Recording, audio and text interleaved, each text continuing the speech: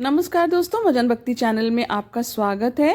भगवान विष्णु और माँ लक्ष्मी को प्रसन्न करके उनकी कृपा पाने के लिए कार्तिक मास सर्वोत्तम मास माना गया है। कार्तिक मास में सुबह स्नान करने, भगवान विष्णु और भगवान श्री कृष्ण की पूजा करने, तुलसी की पूजा करने और दीपदान करने का बड़ा महत्व है। लेकिन साथ ही पूजा में कार्तिक मास की कथा भी जरूर पढ़नी या सुननी चाहिए। ऐसा करने से पूरे साल भगवान की कृपा, अपार धन समृद्धि और सुख मिलता है। कार्तिक मास में रोजाना पूजा में या जब भी आपको समय मिले ये कथा जरूर पढ़ें। जो भी भक्तगण इस कथा को पढ़ रहे हैं या सुन रहे हैं, इस कहानी को अंत तक जरूर सुनिएगा, क्योंकि किसी भी कथा को कभी भी अधूरा नहीं छोड़ा जाता है। और यदि अभी तक आपने चैनल को सब्सक्राइब नहीं किया तो कर लीजिए, क्योंकि मेरे चैनल पर सभी व्रत, त्योहार, उनसे संबंधित जानकारी, कथा और कहानी वीडियो के माध्यम से आपको आगे भी मिलती रहेगी। तो चलिए कहानी शुरू करते हैं। आज हम बुढ़िया माई और हनुमान जी की कहानी लेकर आए हैं। बहुत समय पहले की बात है। किसी गांव में एक बुढ़िया माई रहती थी। उसके एक बेटा और बहू थे जो उसी के साथ रहा करते थे। एक बार जब कार्तिक का महीना आया तो बुढ़िया माई ने अपने बेटे से कहा कि वो कार्तिक स्नान करने के लिए जाएगी और एक महीना गंगा जी के किनारे ही रहेगी।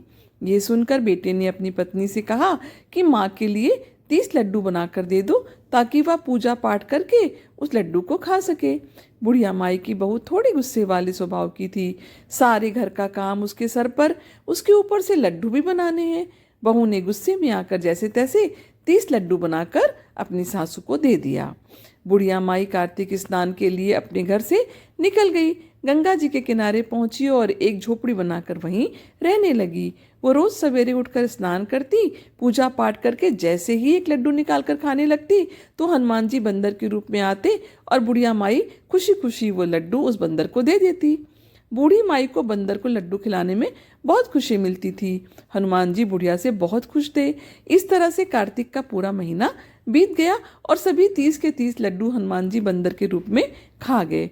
जब कार्तिक का महीना समाप्त हुआ और बुढ़िया वापस जाने की तैयारी करने लगी तो हनुमान जी उसके सामने प्रकट हुए। उन्होंने बुढ़िया माई की झोपड़ी की जगह एक आलीशान महल बना दिया।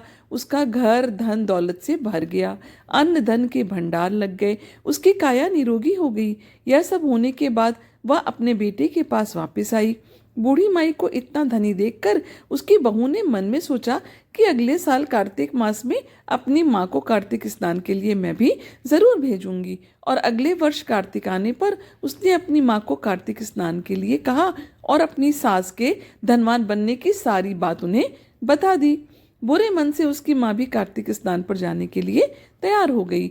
बहू ने बहुत प्यार से पूरे 30 लड्डू देसी घी मेवे डालकर अपनी माँ के लिए उनको बनाकर दे दिए। माँ कार्तिक स्नान के लिए गई और जैसे ही सुबह सवेरे नहाकर लड्डू खाने बैठती तो हनुमान जी बंदर का रूप धारण करके उसके सामने आकर बैठ जाते तो वो पत्थर मारकर उन्हें भगा देती।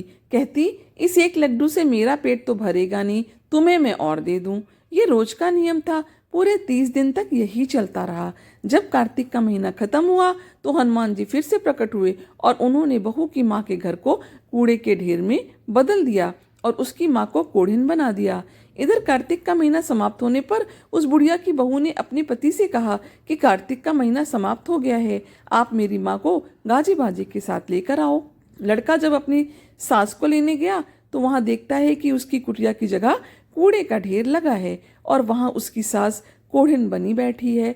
लड़के को देखकर हनुमान जी प्रकट होकर बोले, बेटा, तुम्हारी माँ ने सच्चे दिल से कार्तिक स्नान किया था, इसी कारण तुम्हारी माँ पर कार्तिक देव प्रसन्न हुए। लेकिन तुम्हारी सास ने लालच और पापी मन से यह कार्तिक स्नान किया है। उसने कार्तिक मास में अपनी बेटी के घर का अन्न खाया है, इसलिए कार्तिक देवता इससे नाराज हो गए हैं और उन्होंने इसे कोढ़िन बना दिया है। हे कार्तिक महाराज, जैसी कृपा आपने बूढ़ी माई पर करी, वैसे ही इस कहानी को कहने वाले, सुनने वाले और हुंकार भरने वालों पर भी करना। चलिए अब सुनते हैं दूसरी कथा। किसी गांव में एक बुढ़िया रहती थी। उसके एक पुत्र वधू भी थी। कार्तिक का महीना आता तो बुढ़िया 12 कोस नहाने जाती, लेकिन उसकी बहू वहीं पतीले में पानी डालकर कहती कि मन चंगा तो कठौती में गंगा, और गंगा जी उसके लिए वहीं आ जाती। बहू उस गंगा में अपना कार्तिक नहान कर लेती। एक बार कार्तिक नहाते हुए सास की नथ बह गई और बहकर वह बहू के नहाने वाली पतीले में आ गई, तो उसने उठाकर वो रख लिया। सास घर वापस आई तो बहुत उदास थी क्योंकि उसकी नथ बह गई थी। बहू ने अपनी सास को उदास देखकर पूछा कि आप उदास क्यों हो? सास ने कहा कि मेरी नथ गंगा जी में बह गई है। बहू ने कहा कि अच्छा, वह नथ वह तो मेरे पास है। सास ने पूछा कि वह तुम्हारे पास कैसे आई? बहू ने कहा कि सासू जी, आप तो 12 कोस कार्तिक नहाने जाती हो, मैं तो यहीं कटरे में पानी डालकर कह देती हूँ कि मन चंगा तो कटौती में गंगा, और गंगा जी बहकर मेरे पास आ जाती हैं, जिससे मैं स्नान कर लेती हूँ। आज गंगा जी जब बहकर आई तो उसी में आपकी नथ भी आ गई, जिसे मैंने उठाकर रख दिया। यह सुनकर उसकी सास बहुत प्रसन्न हुई और अपनी बहू को उसने गले से लगा लिया। आशा करती हूँ यह कहानी आपको पसंद आई होगी। यदि वीडियो जरा भी पसंद आया हो तो वीडियो को लाइक करिए, इसे अपनी फैमिली और फ्रेंड के साथ शेयर भी करिए। यदि कोई अन्य कथा, कहानी या जानकारी चाहते हैं तो कमेंट बॉक्स में अवश्य लिखिए। ईश्वर की कृपा आपके ऊपर हमेशा बनी रहे। आपका दिन शुभ हो। धन्यवाद। जय कार्तिक महाराज जी की, जय हनुमान जी की।